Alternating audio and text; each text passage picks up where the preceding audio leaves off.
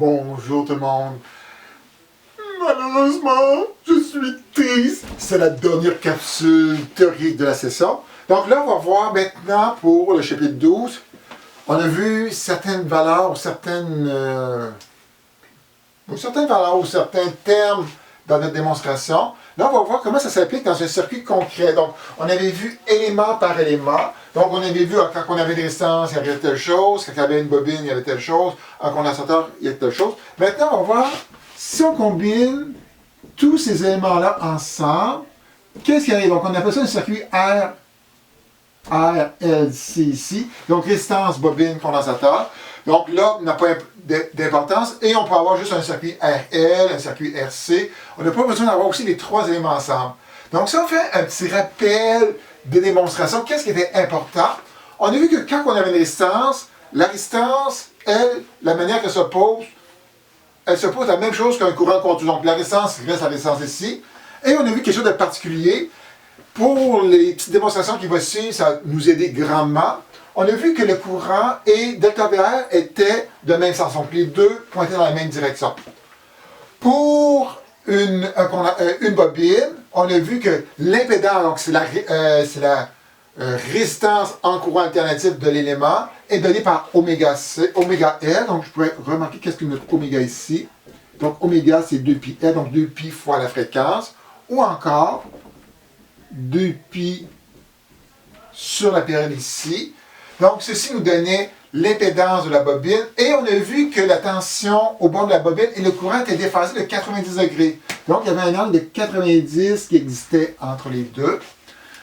Après ça, pour le condensateur, dans la démonstration, donc on avait démontré l'industance qui était 1 sur oméga C. Et on avait vu aussi que le courant et la tension sont déphasés de 90 degrés. Donc maintenant, qu'est-ce qui arrive quand on analyse un circuit dans sa totalité? Est-ce que les lois de Kirchhoff s'appliquent? Oui, les lois de Kirchhoff s'appliquent, sauf qu'elles s'appliquent juste pour une situation précise. Elles s'appliquent avec ce qu'on appelle les valeurs instantanées. Qu'est-ce que les valeurs instantanées ici, comme ceci? Donc, on a vu que pour chaque élément, pour tous les delta VR, pas delta VR, mais delta VR, delta VL, delta VC, ça pouvait être donné comme une valeur maximale fois sinus de oméga t, et des fois il y avait un terme qui apparaissait ici.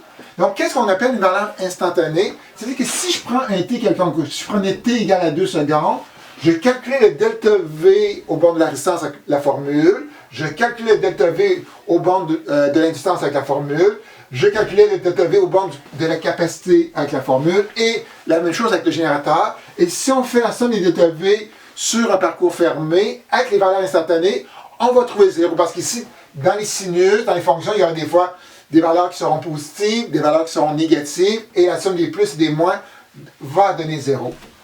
Or, malheureusement, avoir accès aux valeurs instantanées, c'est pas si évident que ça. Nous, on va travailler souvent soit avec qu'est-ce qu'on connaît, soit avec l'amplitude. Donc, l'amplitude, c'est quoi? C'est la hauteur de votre signal qu'on appelle delta Vmax ici.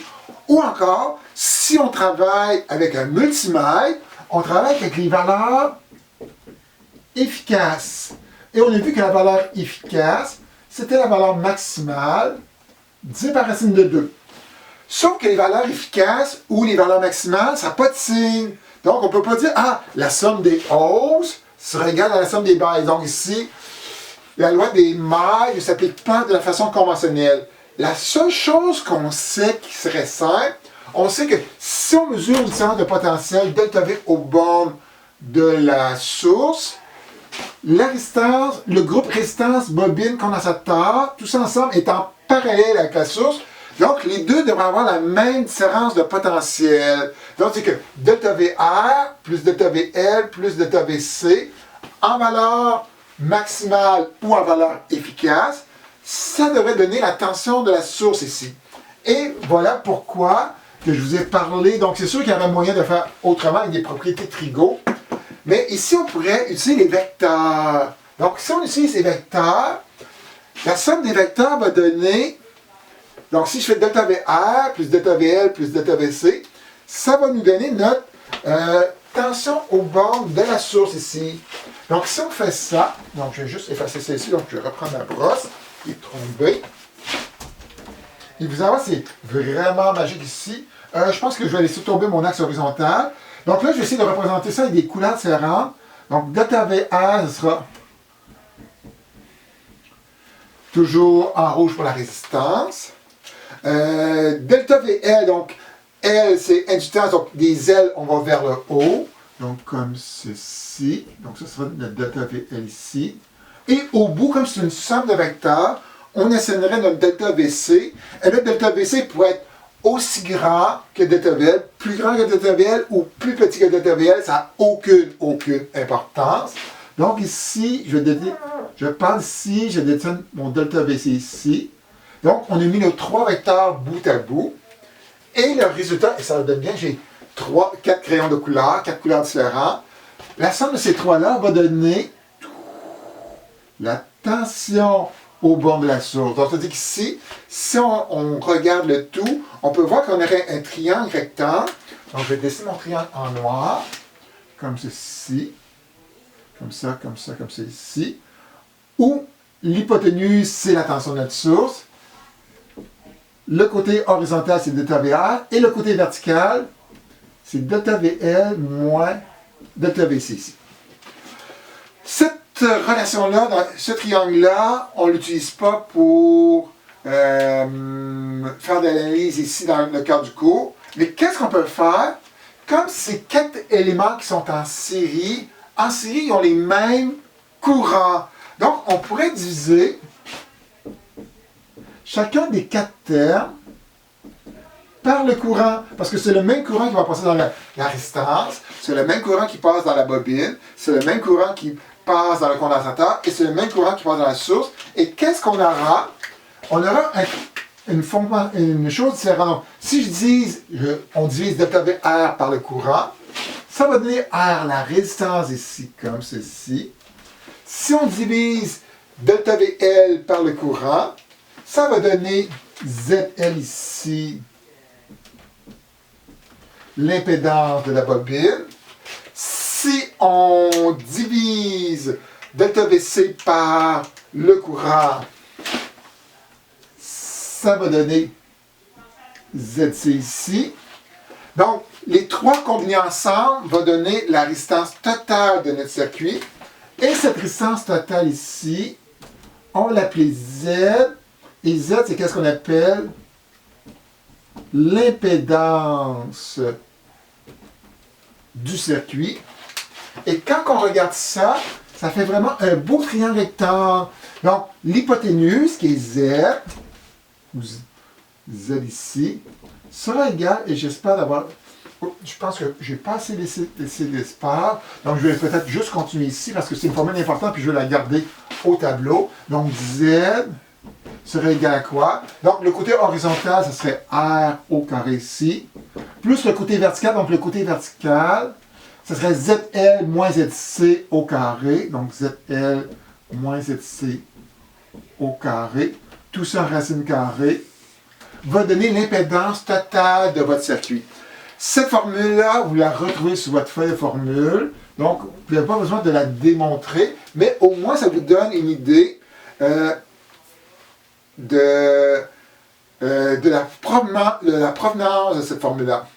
Or, vous avez une autre... Donc, ici, juste une petite note. Ça pourrait arriver, donc ça va arriver à l'occasion, que delta VC soit plus grand. Donc, votre triangle pourrait être aussi ceci. Donc, ça pourrait donner R horizontal. Delta ZL comme ceci. On a un ZC, donc là, je m'amuse avec mes crayons couleur. ZC comme ceci, donc beaucoup plus grand. Et on a notre, là c'est le vert, notre impédance, donc R ici. Donc l'impédance serait comme ceci. Donc on revient, donc quand on fait ZL moins ZC, même si ZC est plus grand, en mettant au carré, on retrouve la même chose.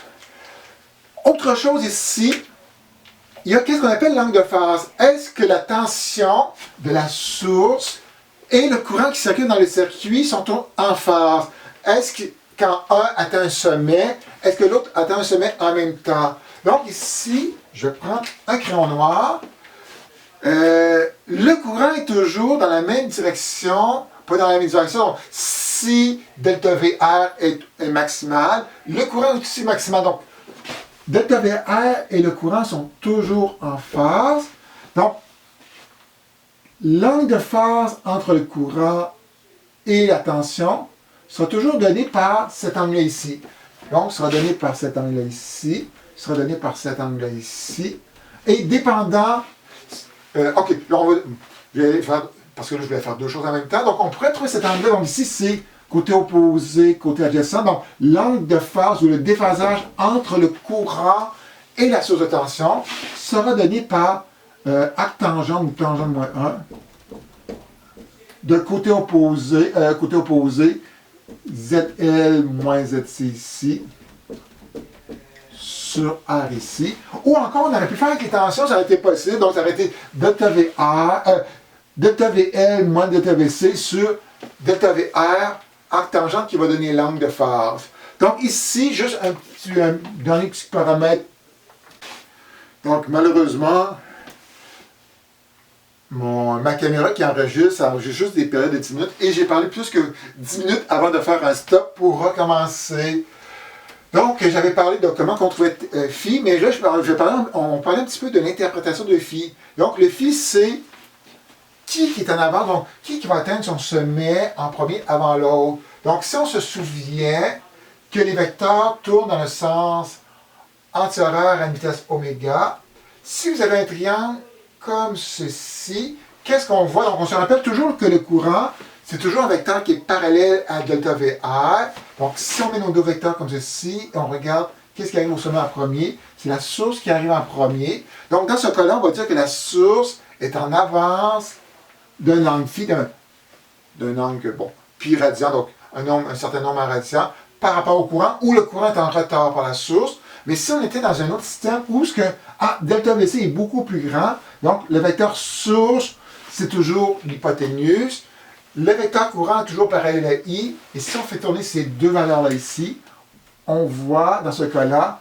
que le courant est en avance sur la source d'une quantité phi, d'un angle phi dans ce cas-là. Et généralement, l'angle phi, on le donne en radian. Donc, on pourrait le donner en degrés, mais si on devait le remettre dans l'expression, par exemple, delta V est égal à delta V max, sin de oméga t plus phi, à cause que le oméga, c'est 2 pi L, donc c'est des radians fois un chiffre, il faut que l'angle de phase soit aussi, ou le déphasage, soit en radian. Donc, je vais parler d'un phénomène qui s'appelle la résonance. Donc, qu'est-ce que la résonance? En jouant sur la fréquence, qu'est-ce qui arrive? Les impédances vont changer. Donc, R, ça ne change pas. ZL peut augmenter. ZC peut diminuer. Dans l'équation qui donne l'impédance totale, donc on s'aperçoit qu'on a une soustraction. Donc, en jouant avec la fréquence, on peut trouver un moment où ce que ZL est égal à ZC ici. À ce moment-là, qu'est-ce qui arrive? Qu'est-ce que ça implique? Ça implique que Z, donc ça moins ça va donner 0, donc ça ne peut pas donner plus petit que ça. Donc Z est égal à R, donc première chose. Deuxième chose, ça veut dire qu'ici, le Z, c'est le Z le plus petit qu'on peut avoir, parce que ce terme-là est devenu 0. Et si on a le Z le plus petit, d'après l'équation, donc d'après la loi d'Ohm, delta V est égal à Z fois I. Donc si Z devient le plus petit, et comme j'ai pris le Z ici, mon delta V c'est la tension de la source. Donc la tension de la source peut être une constante aussi. Donc, c'est-à-dire que si Z devient le plus petit, ça veut dire qu'à ce moment-là, c'est le plus grand courant qui apparaît dans le circuit dans ce cas-là. Donc, à la résonance, c'est-à-dire quoi? Donc, en jouant avec la fréquence, on trouve la fréquence qui va donner que l'impédance du condensateur et l'impédance de la bobine soient égales, et ça va donner un courant qui va devenir très, très grand dans le circuit. On peut trouver la fréquence de résonance dans ce cas-là. Donc, si on développe un petit peu, Donc, ça fait oméga L est égal à 1 sur oméga C ici. Si je regroupe les oméga ensemble, donc j'envoie le oméga ici, ça fait oméga carré est égal à 1 sur L fois C ici. Qu'est-ce que oméga? Oméga, c'est 2 pi F. Donc ici, ok, je vais tout de suite prendre la racine carrée, ça va peut-être plus joli. Donc 1 sur LC ici. Et ici, on va avoir ce qu'on appelle la fréquence de résonance. Je vais la mettre ici comme ceci. Donc, c'est la fréquence qui permet de maximiser le courant dans le circuit. Donc, la fréquence de résonance sera égale à 1 sur 2 pi racine de 1 sur LC ici. Donc, ceci est presque, oui, c'est la dernière formule qui apparaît sur votre feuille de formule. L'autre formule qui n'est pas là, qui n'est pas mise présentement, c'est la loi d'Ohm. Donc, la loi d'Ohm, c'est toujours delta V est égal à Z fois I. Et là, on doit toujours faire attention. Donc, si on écrit la loi d'Ohm avec des valeurs efficaces, donc c'est Z fois I efficace ici. Si on utilise les valeurs maximales, donc c'est delta V max est égal à Z. Z, c'est pas max, c'est fois I max ici. Donc, il faut être capable de passer de 1 à l'autre. Donc, delta V efficace, donc on va tout marquer les formules ici, est égal à delta V max sur racine de 2 ici. Donc, ça commence à être un peu petit. Donc, ici, se rappeler aussi que les delta V, la loi d'Ohm, je peux l'appliquer sur la résistance. Donc, ça devenait, par exemple, delta VR est égal à R fois I dans la résistance. Je peux l'appliquer dans la bobine, je peux l'appliquer dans le condensateur, ou je pourrais l'appliquer pour l'ensemble du circuit. Donc, dans ce cas-là, ça deviendrait la tension totale du circuit, ça serait E efficace du circuit, est égal à Z, donc Z, c'est l'impédance totale du circuit, qui est ceci, fois le courant efficace qui apparaît. On aura la même relation en maximal dans ce cas-là. Donc, présentement, au tableau, vous retrouvez, donc ici, c'est sûr qu'il y a une petite démonstration que j'ai faite qu'on pourrait effacer, mais vous retrouvez toutes les relations qui sont pertinentes pour résoudre vos problèmes. Donc, il y aurait peut-être, bon, elle n'est pas sur votre feuille de formule, donc ça veut dire qu'on on va pas vous achaler avec ça, mais on va pas inciter. Oh, ici, il n'y a pas de fil, ici, c'est juste pour la tension. Donc, peut-être se rappeler que le courant de ce circuit, c'est donné par une forme sinusoïdale. Même chose pour la tension. Donc, vous avez les impédances. Comment les impédances se combinent pour donner l'impédance totale de notre circuit. L'angle de phase, c'est le décalage entre la tension et le courant. Donc, se rappeler que les deux ne sont pas nécessairement en phase, n'arrivent pas à des maximums en même temps. Et il y a une fréquence qui s'appelle la fréquence de résonance. C'est la fréquence qui permet de maximiser le courant dans les circuits. Donc, avant de terminer, deux petites choses. Donc, premièrement, dans vos notes de cours, vous avez une section qui est sur la puissance. Donc, la puissance, on peut mettre un X dessus, on oublie tout ça. Et il reste une dernière petite chose. Donc, c'est sûr que ça n'a pas un lien direct avec... c'est un lien avec la matière, mais vous n'avez pas d'exercice à faire. C'était sur l'activité synthèse. Donc, l'activité synthèse, c'était des filtres. Donc, des filtres, c'est des circuits... C'est en fait un circuit RLC où on n'a pas le L, la bobine. Donc, on a juste le générateur, la résistance et le condensateur qui est ici. Donc, je ne vais pas marquer un petit ici. Donc, on a vu précédemment qu'on peut additionner les impédances en fonction, on peut les dessiner comme des vecteurs qu'on peut mettre bout à bout pour avoir le résultat total. Donc, comme ici, j'ai deux éléments. Donc, je peux mettre mon R et mon ZC ici. Ça ressemble à ça comme impédance totale. Donc, j'aurais pu mettre même mon hypoténuse ici, qui est l'impédance totale.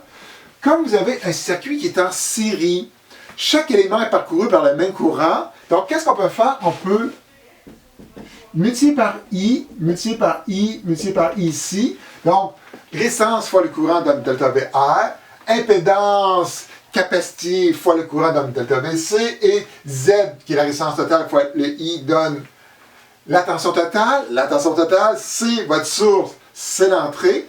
Et en fonction de oméga, qu'est-ce qui arrive? Dépendant si la fréquence est grande ou petite, donc ça c'est la fréquence. Qu'est-ce qui arrive? Delta ZC peut être grand ou petit. Donc, si vous avez une fréquence qui est très, très, très grande, qu'est-ce qui arrive? Ah, une fréquence très grande, dépendant si on mesure la tension aux bornes du condensateur ou aux bornes de la résistance. Donc, on s'aperçoit que si on mesurait aux bornes de la résistance, la tension aux bornes de la résistance est à peu près la même chose que l'hypoténuse qui est notre entrée. Donc, on aurait ici, dans ce cas-là, un circuit passe haut dans ce cas-là. Donc, les grandes fréquences, si je les mesure aux bornes de la résistance, passent.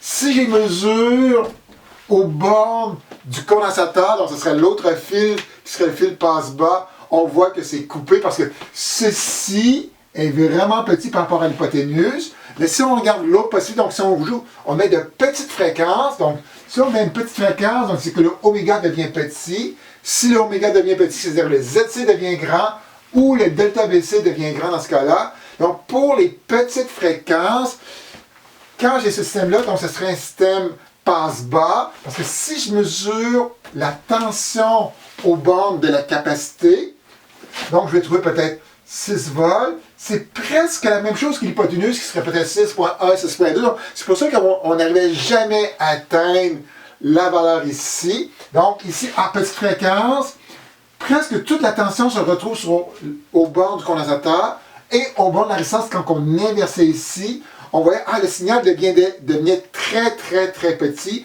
et ça pouvait théoriquement jamais tendre vers 0. Donc ça tendait vers une valeur qui était petite mais qui ne fait pas nécessairement 0 avec ça. Donc avec ça, ça donne juste un petit aperçu de la théorie pour l'activité synthèse. Donc théoriquement, on aurait juste faire 2-3 petits dessins comme ça pour la théorie, m'expliquer pourquoi que les triangles sont de telle dimension et ça terminerait le tout. Donc avec ça, ça termine notre dernière capsule de la session. Donc, je vais vous dire que je vous aime beaucoup. Donc, on se dit au revoir, yo, et travaillez fort pour l'examen, c'est très important. Bye tout le monde, à la prochaine.